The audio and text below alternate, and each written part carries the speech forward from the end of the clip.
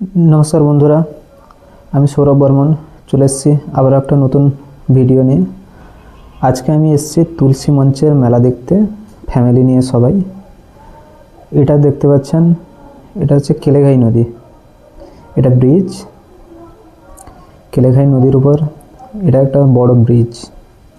এখান থেকে তুলসী মঞ্চের মেলা 2 কিলোমিটার মতো।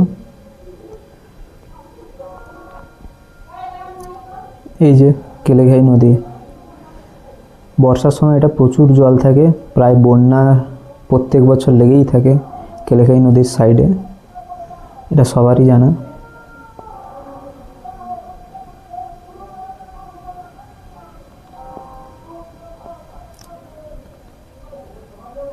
রিসেন্ট 2 থেকে 3 বছর আগে কেলেঘাই নদীর সংস্কার করা হয়েছে, এই জন্য একটু চওড়া বেশি মনে হচ্ছে। আগে কিন্তু পুরো খালের মতো, এই শীতের সময় খালের মতো ছিল, সংস্কারের ফলে অনেকটা চওড়া হয়েছে।